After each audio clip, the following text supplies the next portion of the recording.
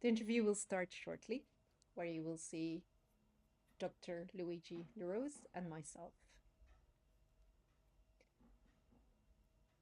However, the start of the interview was not recorded, so there's a part missing which I want to fill you in on.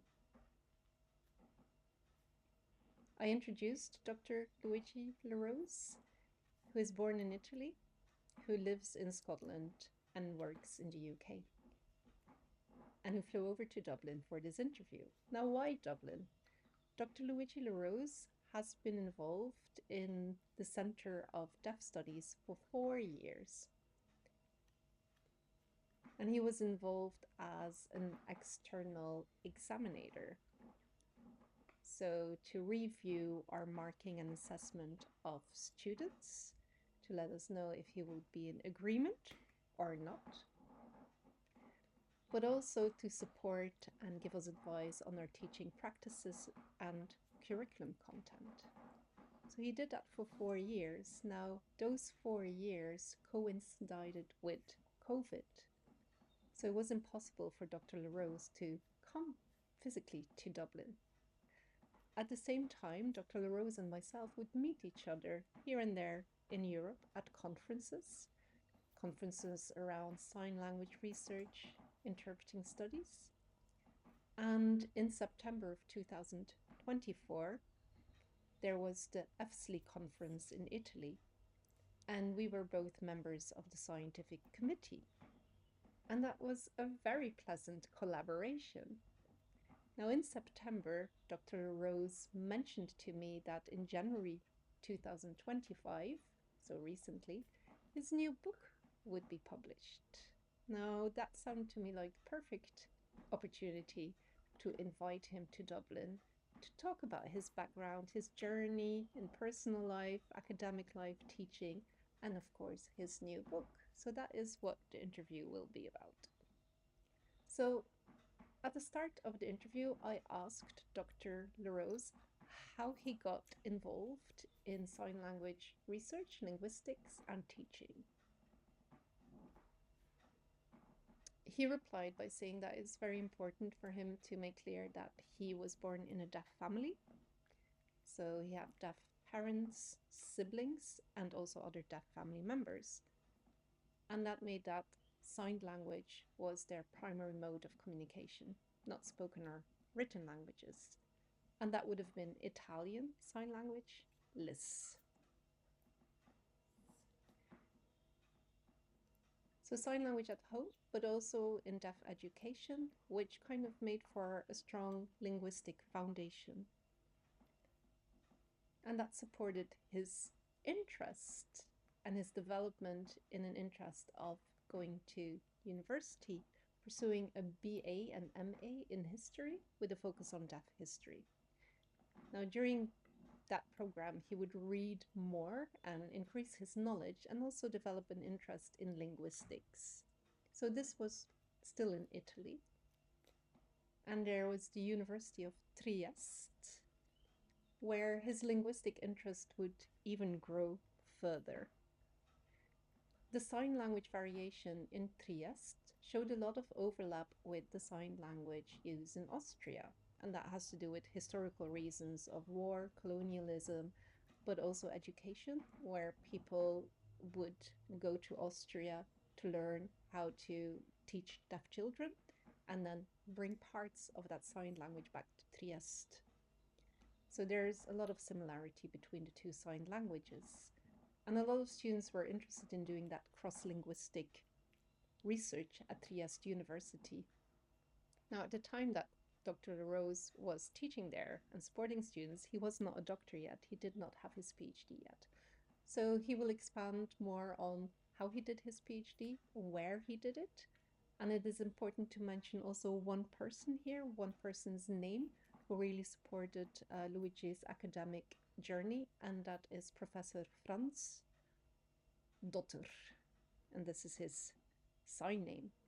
So that's just a summary of what was happening at the start of the interview. And now, over to Dr. Lerose. Finished. I was at a university in a town called Trieste. And Trieste is signed like this. And so it's northeast Italy, very northeastern. And I was in the university and I had a 1-year contract to teach the language. And as I was teaching, it was going very well. I was thoroughly enjoying myself. And I started to wonder whether teaching could be my pathway. I had linguistic knowledge because of the module that I'd done, and I was starting to use this and apply the linguistic theories that I had, the reading I'd done, to my teaching practices. Over to you, Isabelle. Yes, okay. So your time in Trieste, but Trieste is not where you did your PhD, is it? You then did another move to another country, unsurprisingly. Yes, that's right. So Trieste really is where I started teaching, and I had students. And some of those students wanted to focus on the dissertations. And those dissertations, with regards to the sign language in Trieste, there are various influences, and we started to realize with research that actually different countries, particularly Austria, had influence on the language and Trieste and its language variation. And the realization is that Trieste was using the sign language of Austria, and it's because of different boundaries that had been drawn over the years in terms of how people had emigrated, and also in the past where wars had been won and areas had been taken of territory. And so this is where the merging of those two languages really started to happen. And I think it was 97% Trieste sign language was predominantly influenced by Austrian Sign Language. And so I was at the University of Klagenfurt, and I was interested with regards to the University of Trieste and Klagenfurt having a partnership. There was interest there. And so there was research starting to take place and exchanges of information and knowledge. And so as these exchanges started to take place, there was a professor named Franz Dotter. And this is his sign name here. And so we had conversations, Dotter, sorry. And so we started to have these conversations. And Franz thought I'd completed my PhD and was surprised that some of these linguistic notions that I understood should be understood by someone that hadn't completed a PhD yet at all. So he welcomed me on a program. And at the time, in terms of deaf students doing a PhD program in Italy, there were none. When you say about the time, precisely what time are you talking about? So it started in 2006, where I began to consider the prospect.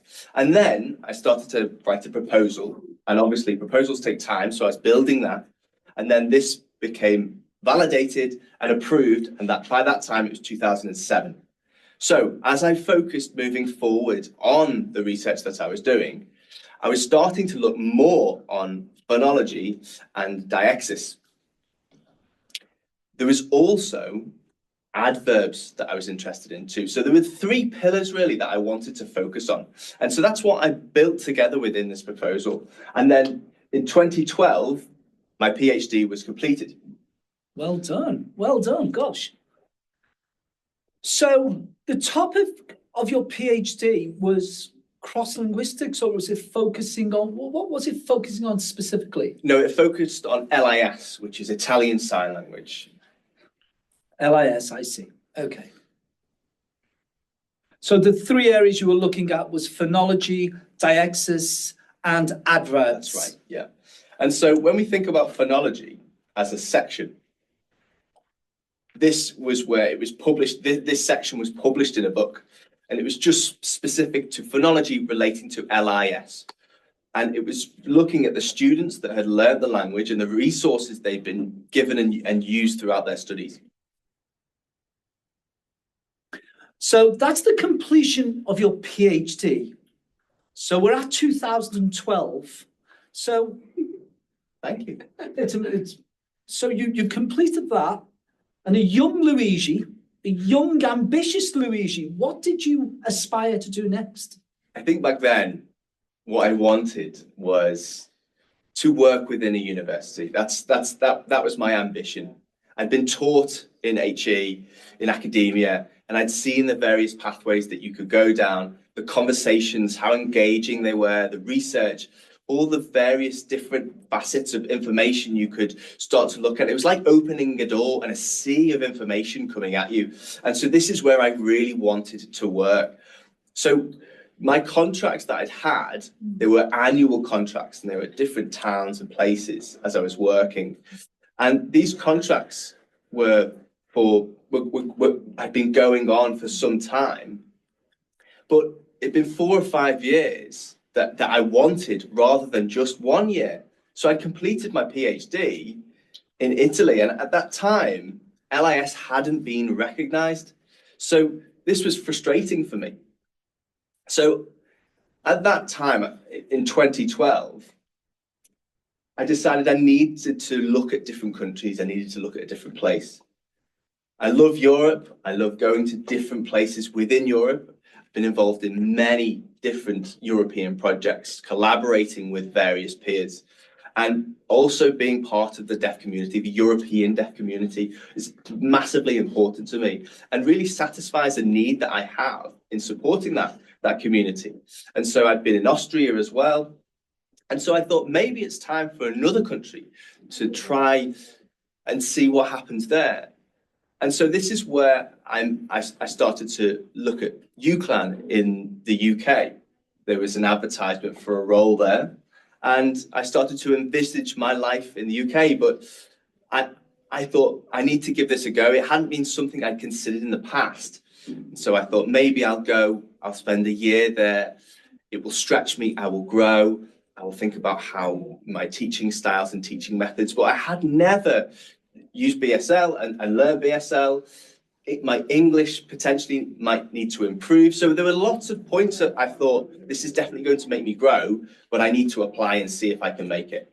And so I applied, I got in, and then I was there for a year as a temporary position, and it just seemed to click. 1 year was up, and then all of a sudden, I was another 3 or 4 months into that second year, and I was offered a permanent contract. And so that's just been my working life for 11 years now. It feels as though it's been 4 or 5 years, but it's gone so quickly.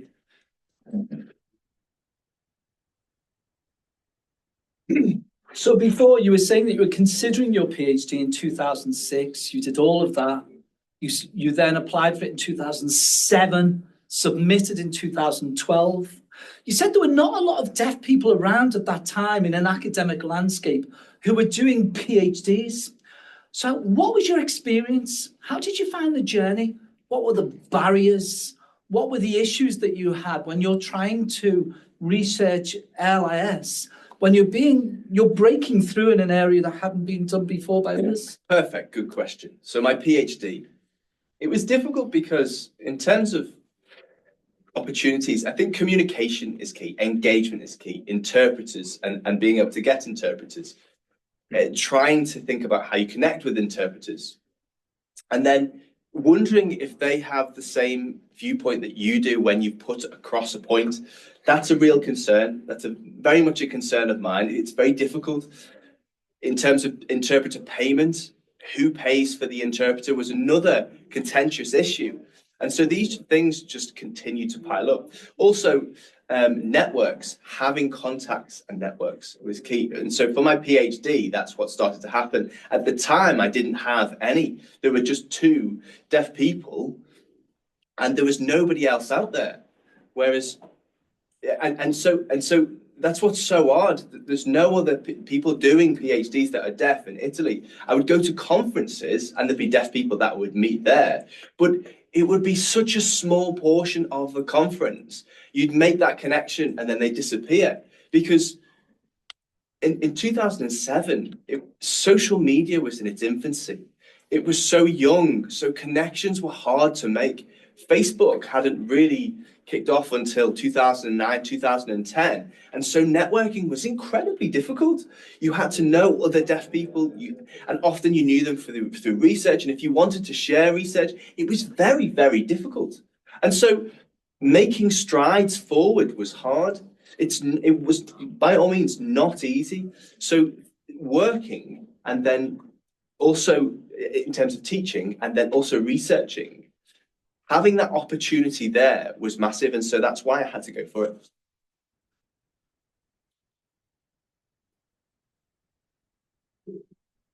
Also, the languages as well, isn't it? There was LIS, you were in Austria.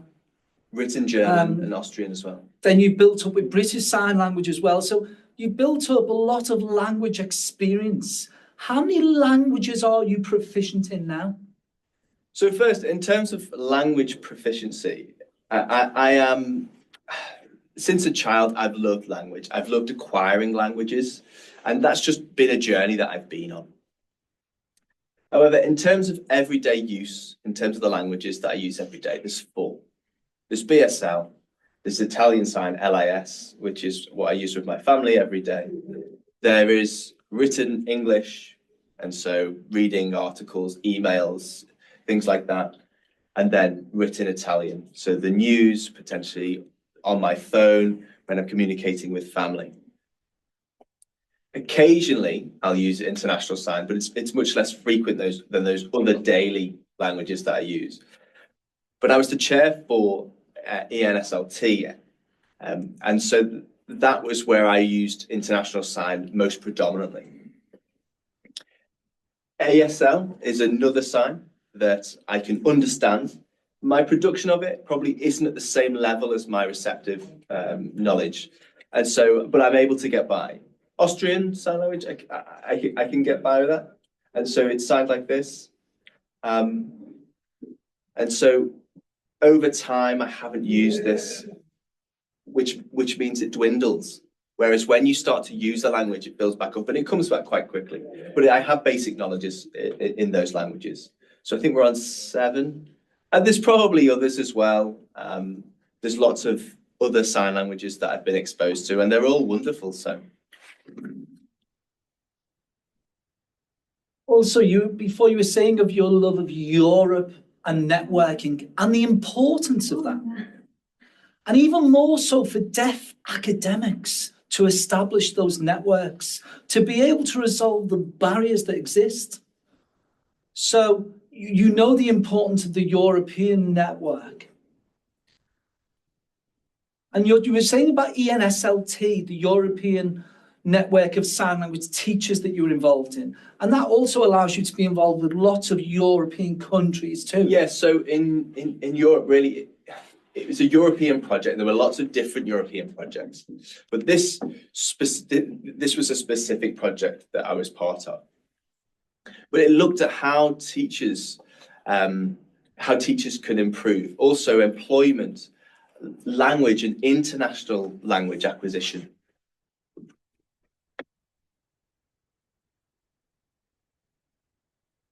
Teaching students was something that I've been part of since 2013, and this was not something that had been set up. And so there was a conference at that time, and really there was a need for this to be established, this organisation, Europe-wide, to be established. Looking at ENSLT, looking at other professionals having these European bodies, there was a clear gap in the sector.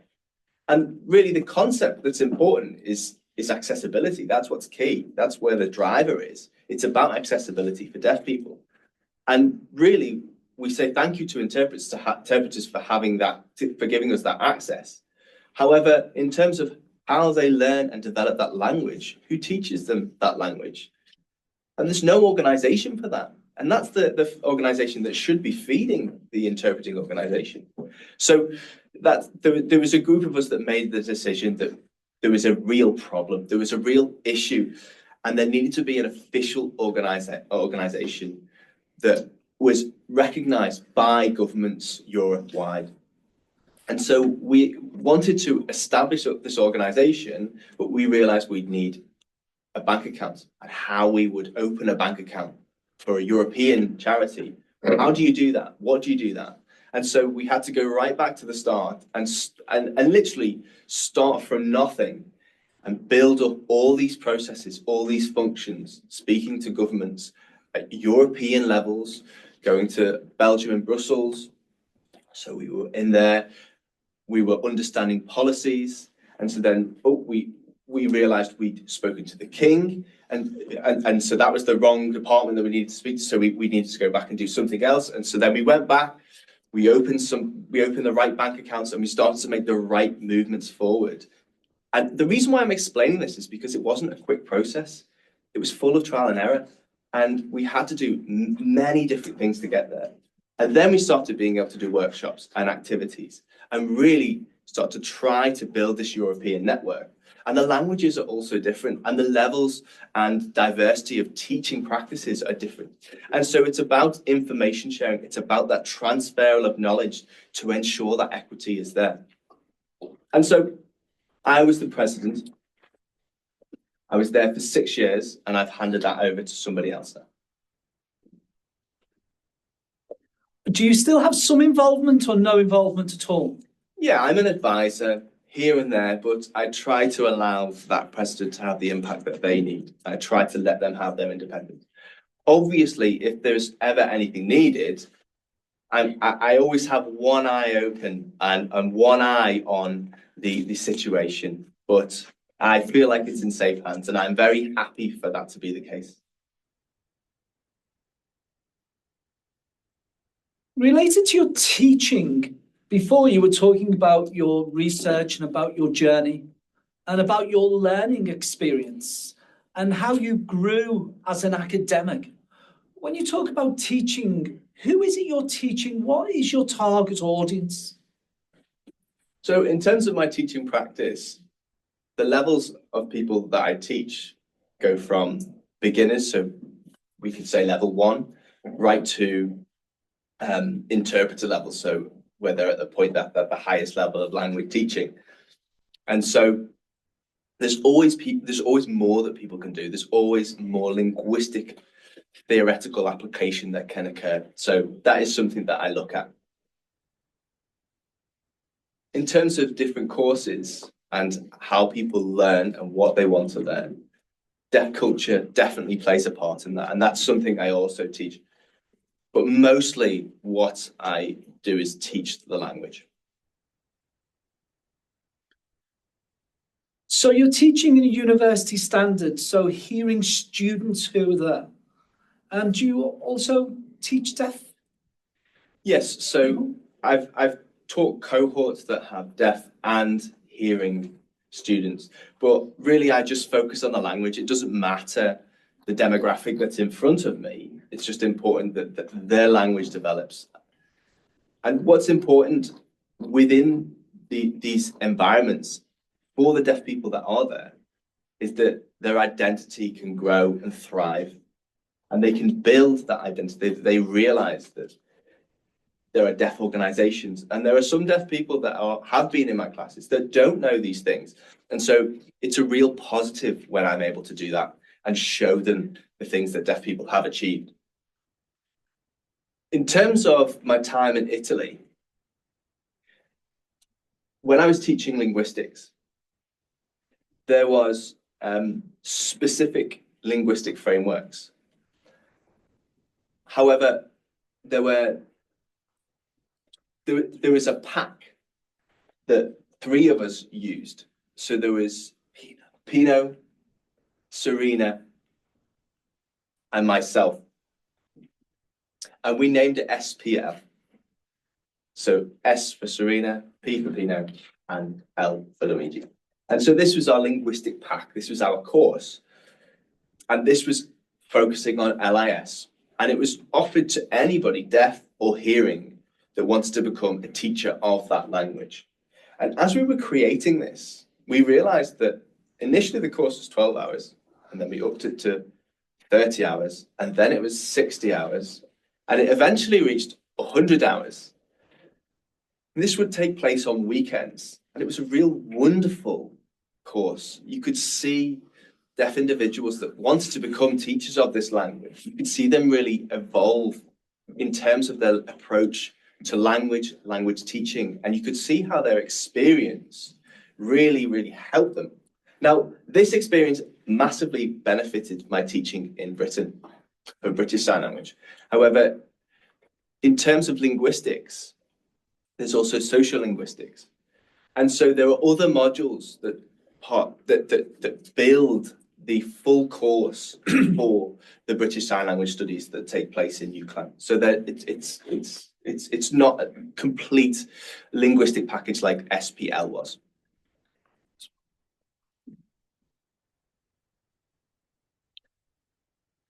We know academics have different functions when they're working, they're teaching, they're drafting, they're publishing, they're writing articles. There's so much, but do you have a specific area that you like the most? So there are two. There's research and teaching. And obviously we have to look at these two factors together. Now, teaching, we think about there's a third area. The third area is impact on the community. Quite often we do research, and that research disappears into the ether to academic communities, but neglects the deaf communities that it's supposed to serve. And so quite often I feel like it's important that we remember that academic theory is there to serve the deaf community.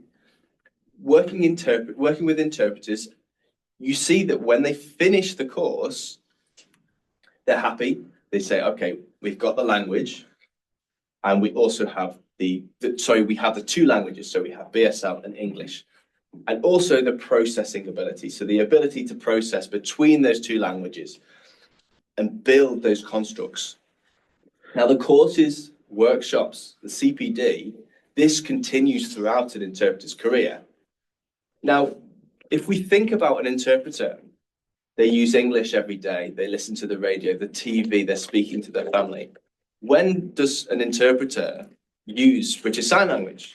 This is somewhere that's completely neglected. And languages are constantly evolving. There's constant diversity being added to languages. And so it's so important to keep up to date with that. And this is what I really want to push and highlight. It's not a criticism, but I really do want people to think about where they're developing their skill set. Are they developing their skill set in English and neglecting their BSL skills? And so it's about having a balance between the two and realizing that these two languages for interpreters is absolutely connected.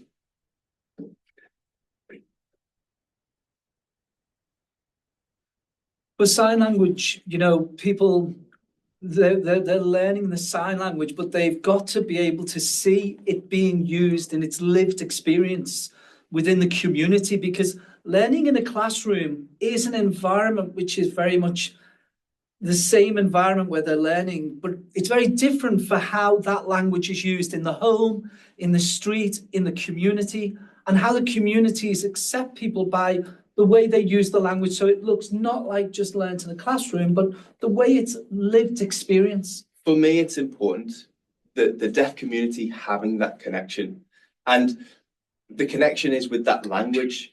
That's where the deaf community is served. And so it's about understanding that it all relates to one another, and that it's a holistic approach that has balance, and it's so important to be balanced. We think about teaching hours being increased. We think about research being diminished. We think about those projects that take place. Really, could we do with more research? Could we do with less teaching? It's a balance. They can change. And so we need to focus on keeping these things equal. When I moved to the UK, there was a lot of teaching and there wasn't much research at all. The teaching really ate into my research time. I'm quite lucky now that my research has increased and I'm doing much more research than teaching. Also, research and teaching inform each other in many aspects. Sometimes when you're teaching, you can come across an issue, and actually it's through research that you can resolve how to apply it to teaching, and vice versa. Sometimes the teaching will inform you with your research. I completely agree. They go hand in hand. You get something from the research and you find something so valuable that you can use within your teaching practice. And you know that those students might go on and research that themselves. So it's so beneficial. Occasionally when you're teaching, you find areas of issue, and then that inspires your research. You then speak to other people within research and they pass on information to you. Yes, the research informs the teaching and also then goes to the community. And likewise, it goes in the reverse direction. The community influence the teaching and influence the research, because where the issues are in the community, it then generates the research and it feeds into a loop. Over time, with specific regards to linguistic research, there's been publications, there's been articles and books, many books published. But in terms of teaching practice, specifically for BSL, it seems as though there's a gulf, there's a real divide between those two paths. And they live in tandem and they don't seem to connect with one another. They're not connected. And I think that gulf really needs to be bridged, because there's so much theoretical research that's going on into linguistics, and it's their language, it's the deaf community's language. It surprises me that so much happens, but there's so little impact into that deaf community and to the teaching. Yeah. And this isn't just the case with the UK, this is the case Europe-wide. This is what I see, and I don't know why this is happening. I feel fortunate myself that I'm part of both the linguistic community and the teaching community. And so I'm able to take both of those facets and put that into my work. But it's a real concern of mine that the linguistic practice or the researching practice isn't benefiting the teaching.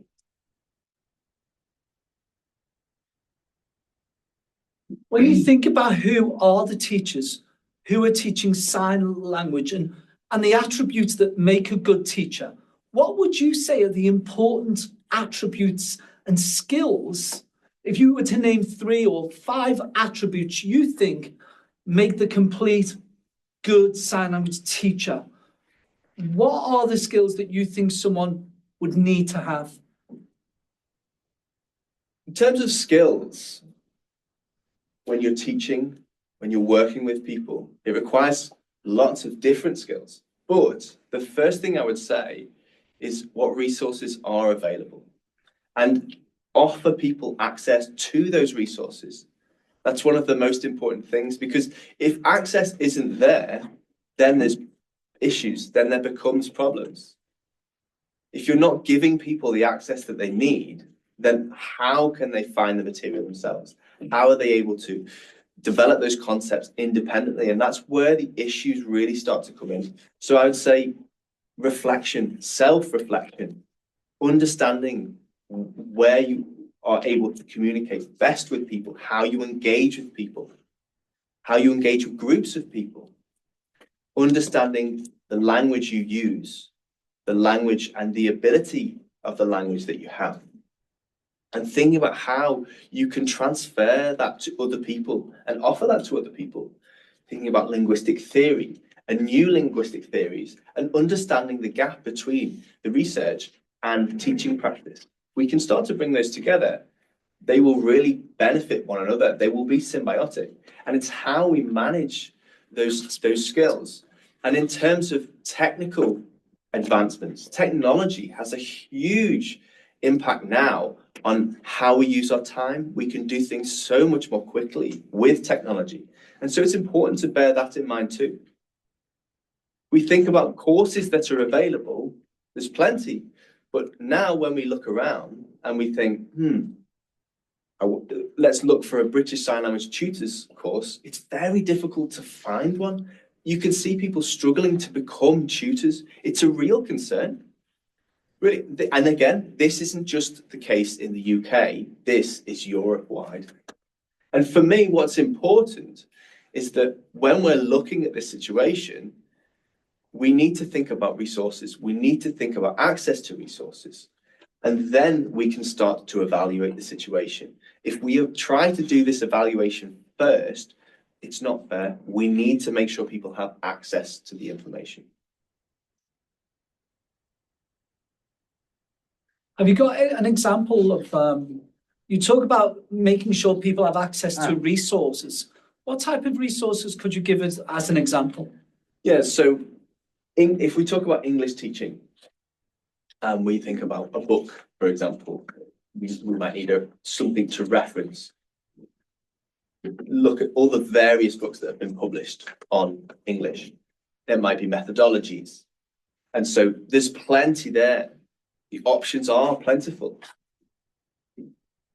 If we think about activities, the various activities in teaching, we could be creative.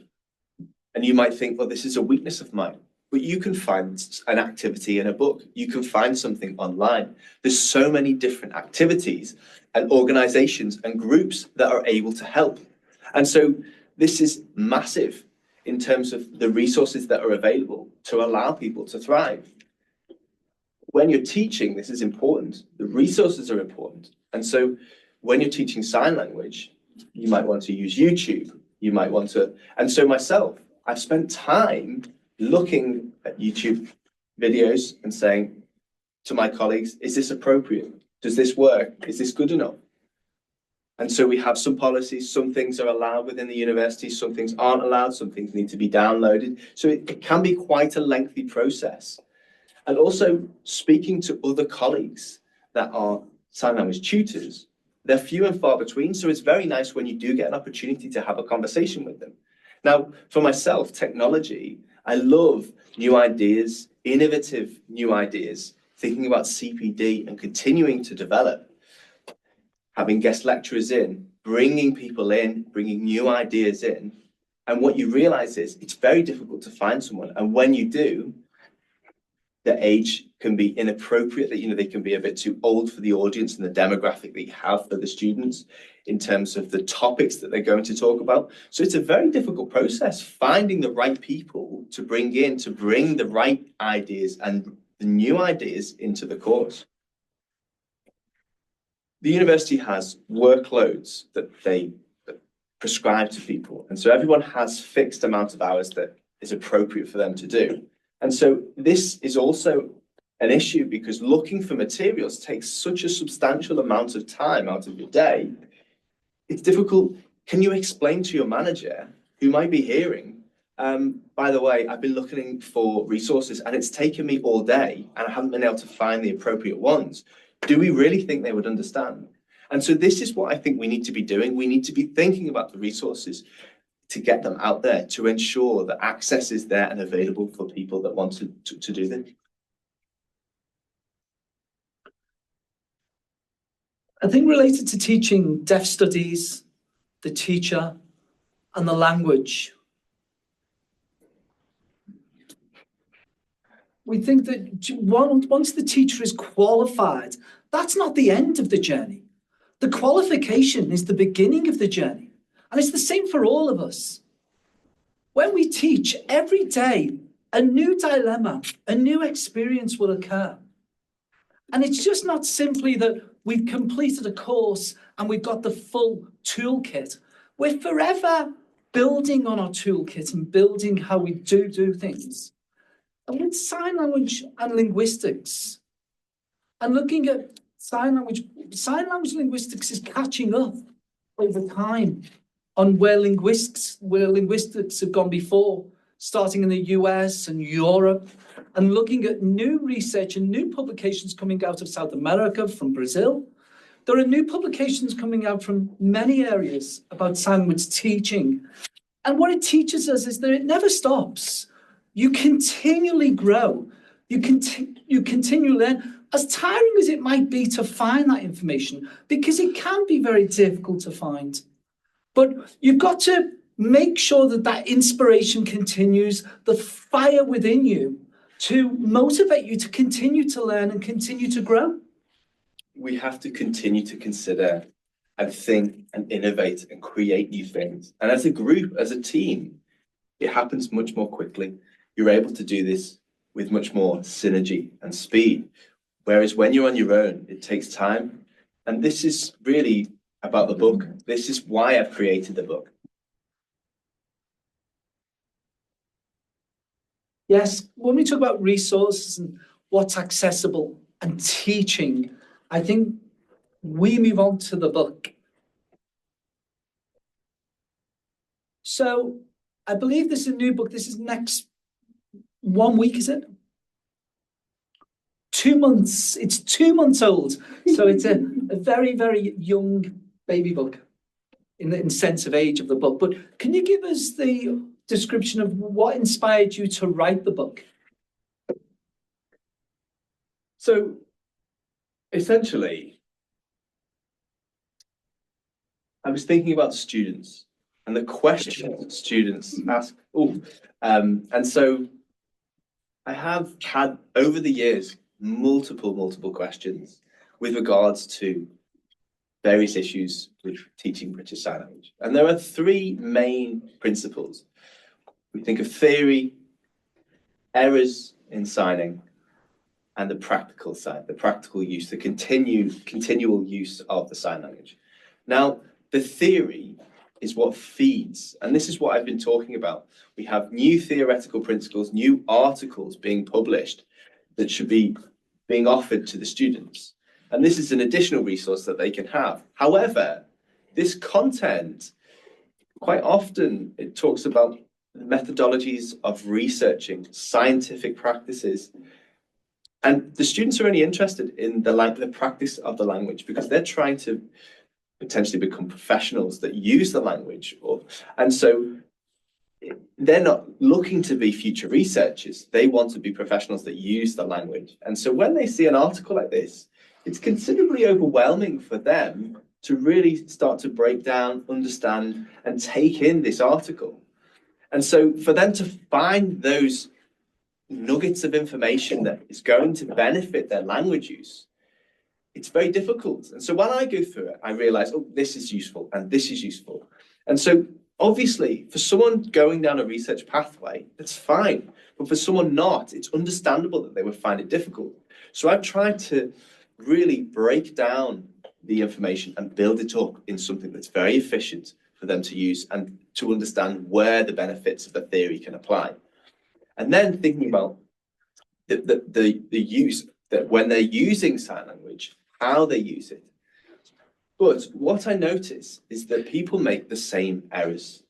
I see the same phonological mistakes that occur.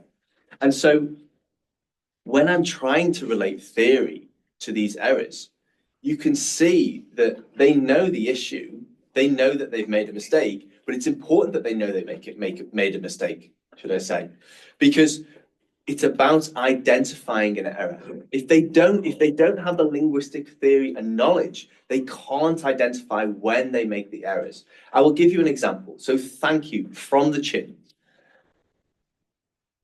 In a shop, you might buy something and you sign thank you to someone and they sign thank you back. But sometimes they sign thank you from the lips. And it's often, obviously, we can add a bit of humour to this and we can have a little bit of a laugh. And we can say, oh, are you trying to blow kisses to me? And as soon as you make them realise, it's a bit of an impact. And there's embarrassment there. And obviously, they probably won't make that mistake again. However, when you go back into that shop, it's successful, even though they've been a bit embarrassed. And so the thought of doing that to my students, obviously I can't work like that because it's such a sensitive way to teach. It's quite insensitive, should I say. And so when we think about practical resources, videos, and identifying errors, that's key. And so essentially being able to copy the errors and identify the errors to show where the mistakes are being made is so essential for their own awareness, for their own ability to identify where they've made the mistake. And then the feedback, identifying the mistakes and highlighting the issues and how they can improve, that's great.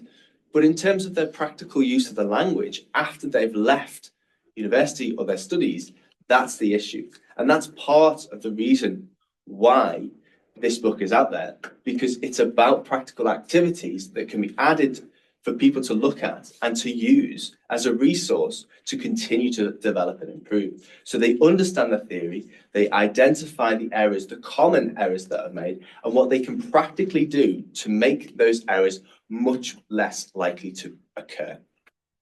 Now, this is all not necessarily under one topic because it's a broad topic and you can't cover absolutely everything. However, these are just the most common mistakes that I see, and I've been able to group them and break them down. Signing accuracy. So ensuring that signs are accurately produced. So, for example, the location, are you doing it from the chin or are you doing it from the lips? Where are you drinking from? Are you drinking from your lips? And making sure that there's the correct location that's occurring. Secondly, we think about space. So where things are in space, is the glass on top of the table? Is it below the table?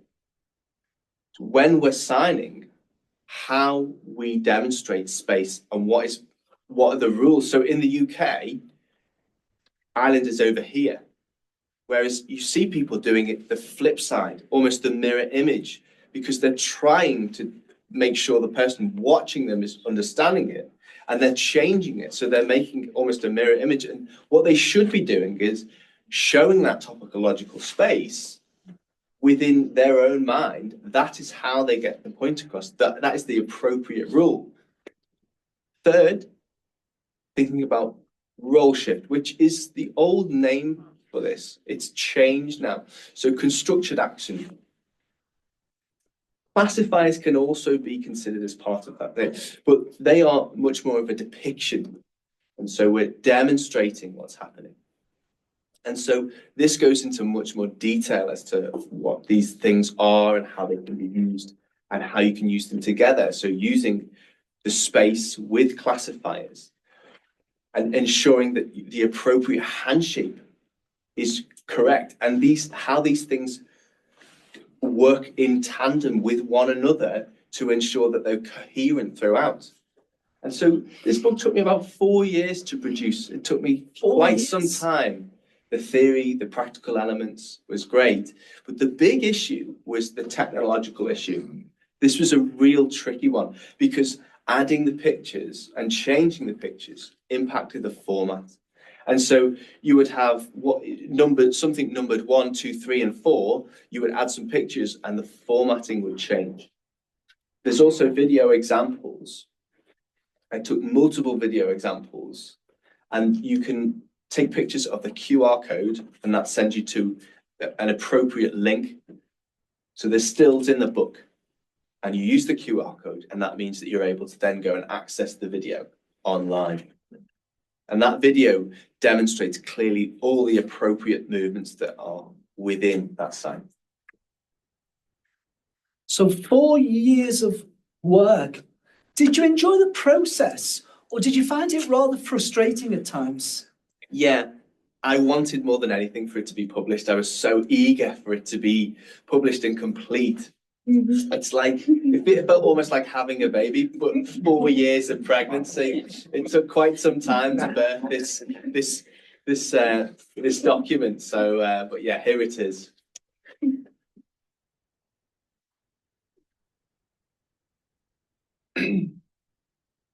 So when you came up with the idea of the book, did you look to see where you were going to publish the book and you went to CUP? What was the process of, because you had the idea of the book, you knew what you wanted to do, but how did you bring it to realization for publication? So first, I just started to think about the content, not necessarily the book. The book was the end product. And so the previous book, BSL, I think it was a British Sign Language, an introduction to British Sign Language, which was by Ben C. Wall and Rachel Sutton Spence. This was an introduction to British Sign Language linguistics, and I think it's over 25 years old. So this was written by linguists focusing on linguistic research to demonstrate what the language was. And part of that was showing what BSL was. It wasn't necessarily for BSL teaching. And so what I wanted to do was to build something that focused on the learning, focused on the teaching. And so that's the difference between this book. And that was my proposal to Cambridge University Press, to see if they wanted to publish something like that. And so we had conversations back and forth. We had lots of meetings and considerations whether everyone was satisfied and happy with the idea. It was a very engaging process, and yeah, it worked very well, and it was a smooth process throughout. Who is the target audience of the book? Is it's for researchers or for teachers or for people who are learning sign language? Where do you see it? Really, the book aims for anybody that wants to use the language, specifically BSL, but it's continuing practice. It's continuing to improve your own skill. And potentially you're making mistakes and you don't know that you're making mistakes. And it's about making people more aware, building that awareness, building that understanding of your own language production to identify where you're making errors and the concerns that you may have, because this feeds the deaf community. This is in connection with the deaf community, and it's for the deaf community. Lack of awareness really impacts that community, and so it's so important that they work together. And really, it's something to support and continually improve the language use of students, the interpreters, and making sure that they continue to progress and develop. And so that's what it's for. So the book primarily is aimed with British Sign Language in mind, but say someone who was in Ireland and wanted to apply the same to ISL, or in Belgium, where we have two sign languages that are used. We've got the VGT, and we've also got the LASFB. So perhaps with the theory and with the practice, is there a way that could be applied to different sign languages too? Or is it only particular to BSL? So there's a thought of me doing something with regards to something in Italy. However, in terms of the content, absolutely, it can be applied to different sign languages. Obviously, it's written in English. And also, there's signed examples.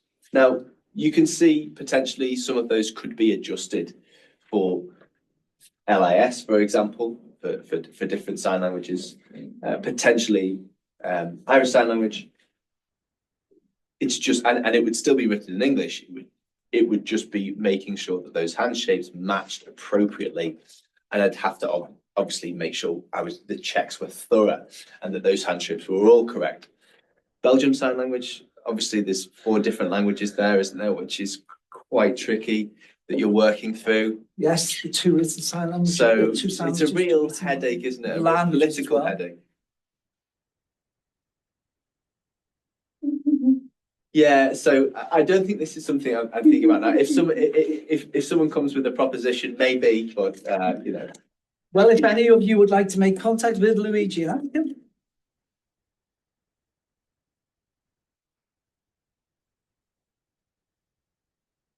perhaps maybe the last question regarding the book.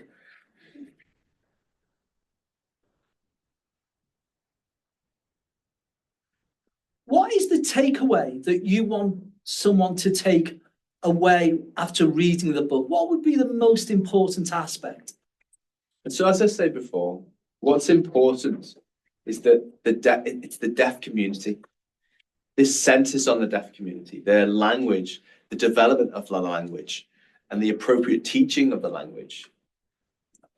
If you want to work as an interpreter, it's so important to be in contact and be part of that community.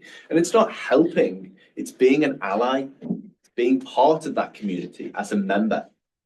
And if you want to work as an interpreter, that's the key. It's being associated, being part of. And also, as I say before, Chapter 1 highlights and recommends events, deaf events, things like that you must go to, because that's where you use the language skills necessary to develop.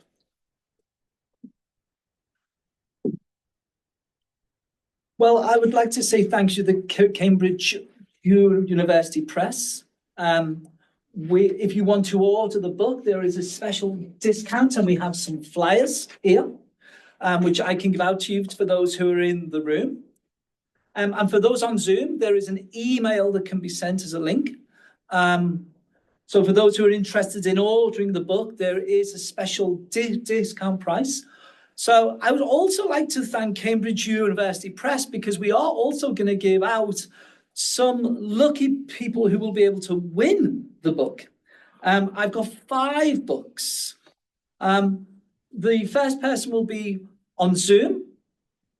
And then I'm thinking 2 of the people who are in the audience this evening in the room, and then 1 for me, and then a final book for CDS to have in our library. Yes?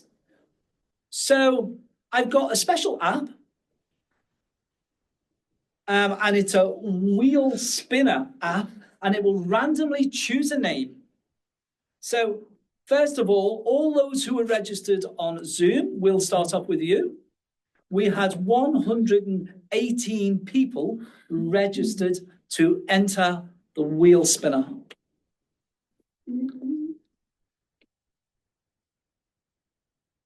Okay, I'm going to show you the winner to the camera.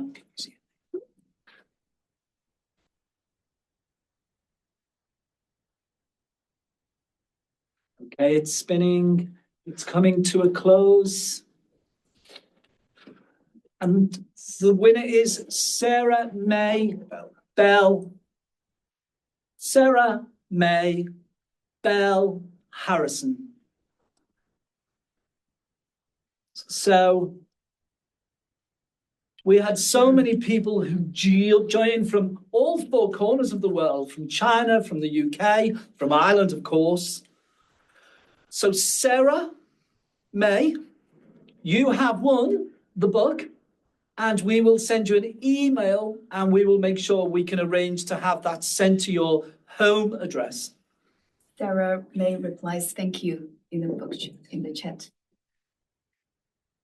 Sarah May has responded in the chat, and she says, thank you. Well done, Sarah May. Well done.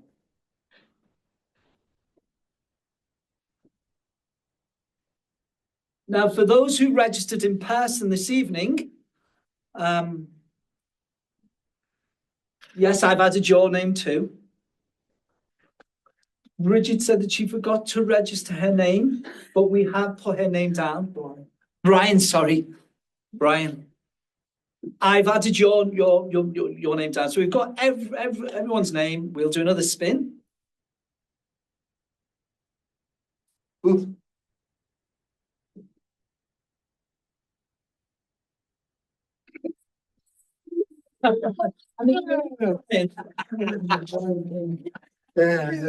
Well done, Brian. Thank you. Thank you. Come up. Come up, Brian. Well done. There you go. And you can have Luigi to sign your book too. I'll do that later. Look forward to that later, Luigi. Fabulous. Okay, we're going to have one more spin for somebody who is in the room.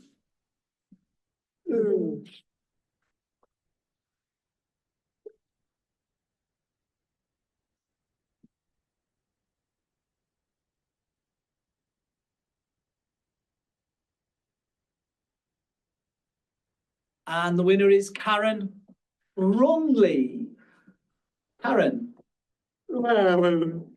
That's absolutely fine.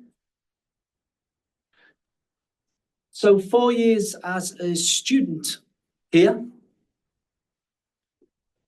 at Deaf Studies, but not here at the moment. That's okay. I can make sure that we give it to her. She is registered, so I will pass it on. Great. Okay. So there's one more. Oh, no.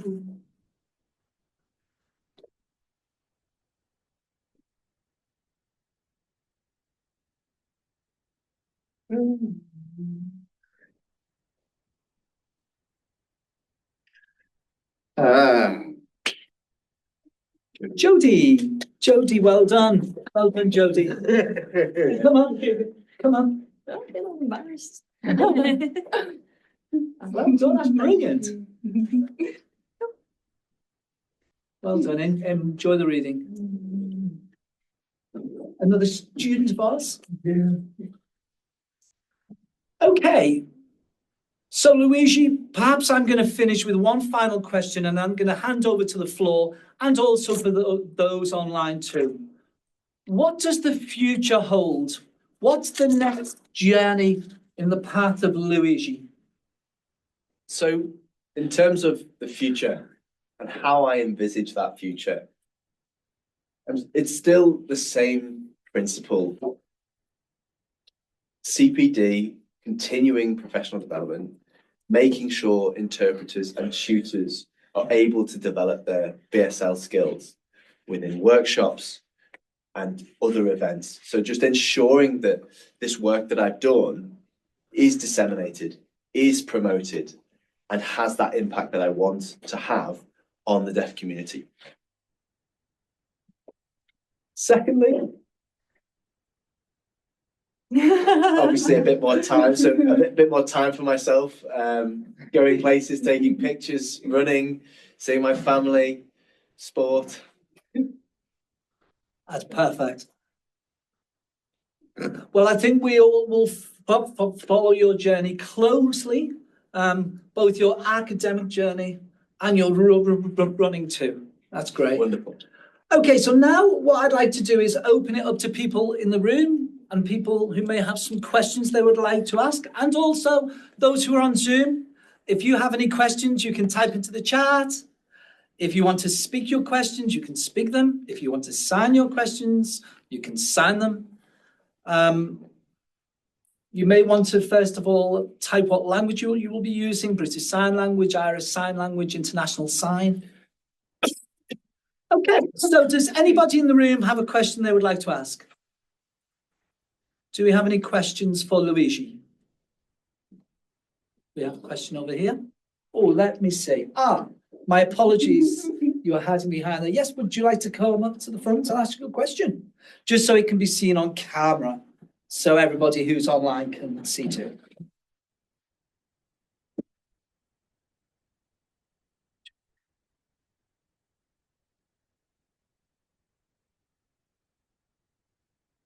Thank you, Luigi. Really, really enjoyable. Disappointed not to win the book. Anyway, so the topic of variation. There are a lot of different signs that are used that can be accommodated and adapted. So how then do you adjust your different signs? For example, well, I would have been teaching years ago, teaching students different signs. For example, different subjects within schools.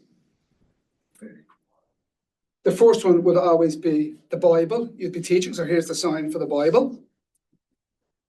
Then you'd have geography, history, biology. But the students then would adapt it themselves. So for example, the Bible one became, they would have been adjusted from the first one to be letterized throughout. How do you solve that issue?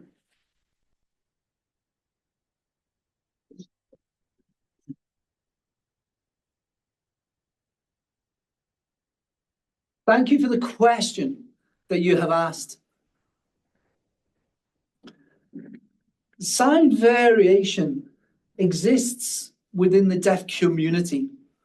Historically, what deaf schools you went to, what towns you lived in, there's always been sign variation that's existed. My book is aimed to look at students who are wanting to improve the way they sign. And it mentions about the importance of sign variation and how it's something that we want to preserve. And their variation can be on the region of where you live. So there can be certain signs that are used from people who live in a certain place where, so you sign the place that you're working in if you're signing within a deaf community in a specific area. Communities will develop different signs in different ways they sign, and that's something to be respected. But it's about the students. If the students are working within a local community, they need to know what the local signs are. So I haven't picked out sign variation to be looked at. It's been more looking at what the right hand shape is and looking at the linguistics of that. So although there are different signs I've used, it's looking at the knowledge linguistically that they know how to sign correctly, but also to respect and identify that sign variation exists, and good sign language interpreters will learn regional dialect. They will learn the variations that exist in different towns, in different places that they will work.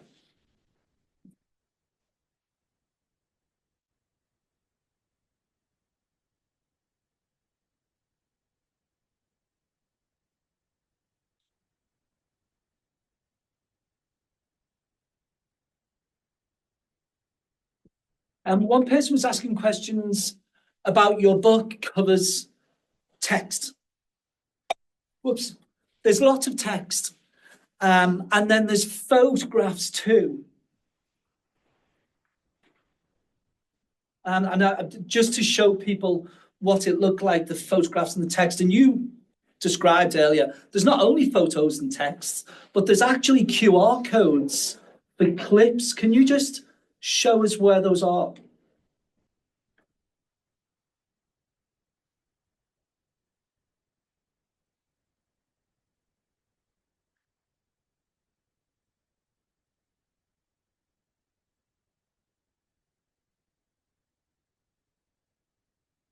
There it is. Okay, let me hold it up so you can see.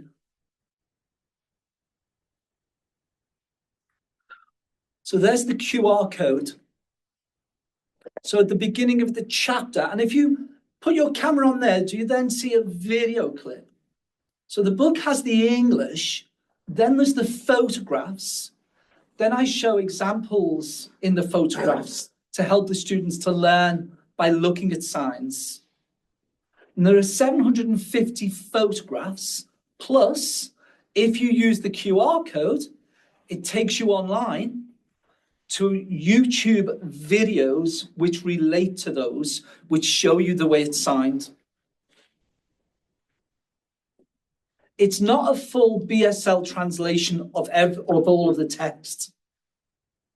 Because what it's aimed at students who are asking lots of questions about mistakes that they've made, and it's aimed at giving them examples of how to sign in an accurate way. And that's basically what the aim of the book is. It's the first step in helping students to think and be conscious of the accuracy of their signs and to know when they make a mistake. And then they can move on from that themselves. The book will help them to be able to work on that further, and something they can work on in groups too as they go on.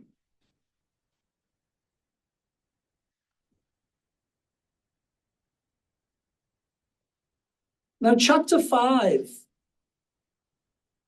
looks more at the practice of what people can do at home and the exercises they can do to help them improve their language skills.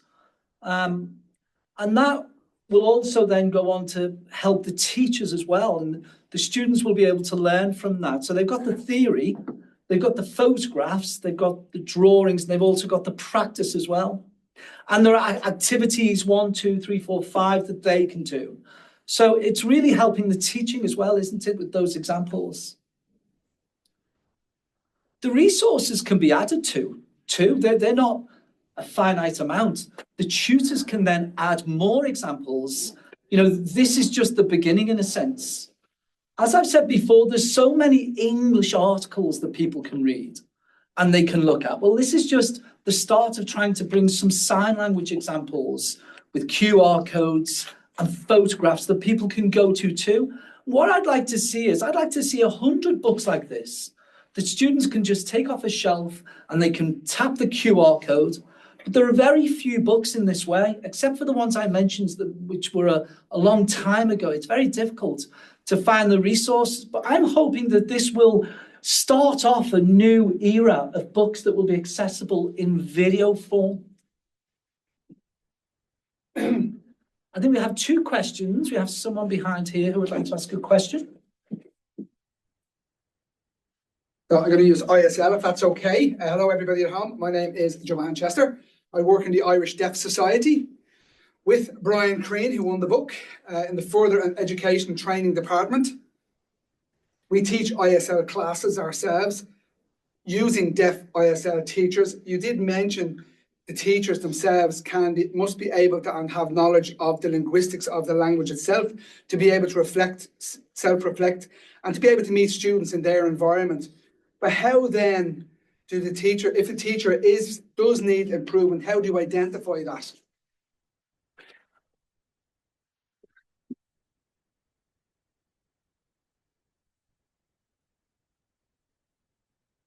Thank you for the question.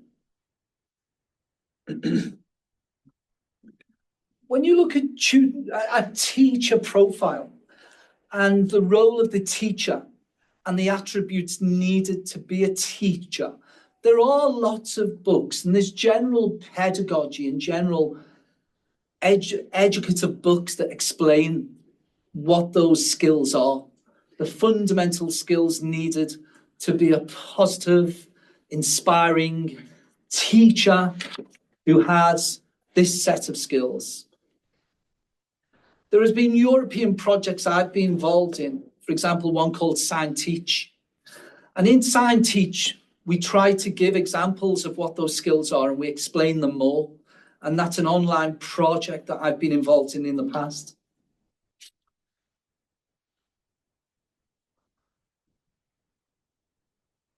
I can't judge who is a good teacher and who is a bad teacher, because teachers come from all different backgrounds and have been to different courses and have been on different certifications, and they've learned their language in different types of ways. So it's very difficult to say that there should be a standardization and all teachers must behave in exactly the same way, because there isn't that level of teaching that's there. So that's not something for me to judge.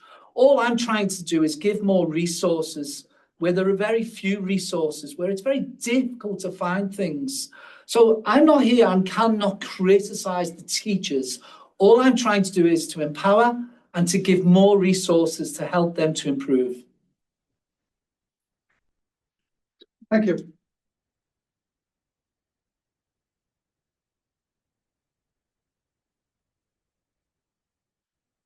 We have one question from Zoom, and then we're going to come to you next, okay? So the question from Zoom. When you talked about the old BSL linguistics book, one person has asked, will that book be updated perhaps? Will you update that book? Will I update it? Yeah. And the original authors of the book, it was done at the University of London, UCL, University City London. Perhaps they have plans to update the book, but I have no idea of what their intentions are, and it wouldn't be for me to take ownership of their work either. Can I answer this one? I do have some information about that.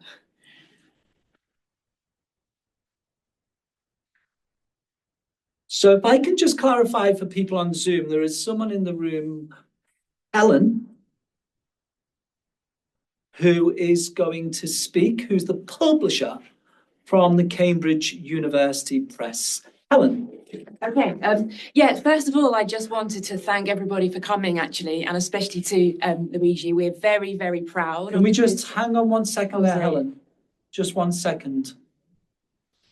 We just need the BSL to be over here. Oh, sorry. The organisation. Okay. We're good? Yeah. Right. Yeah, so we're really, really proud of this book. for a number of reasons. First of all, I think this is right. I've checked back through all of our authors, and I think this is correct. So within our linguistics publishing programme at Cambridge University Press, Luigi is the first deaf author to write a book on their own, within our linguistics publishing programme. So that's a big milestone for us. And also we've published, so related to your question, we've published a number of books over the years on the linguistics of sign language, various different sign languages, which, as we've said, are very much aimed at linguists and linguistic researchers about the linguistics of various sign languages around the world. But it's also very, very important to us that our books are usable in the real world. And until Luigi's book, what we hadn't published was a book on actual British Sign Language for learners of the language. So we're really proud that this is the first book we've published that actually helps learners, whether they're working with deaf people, working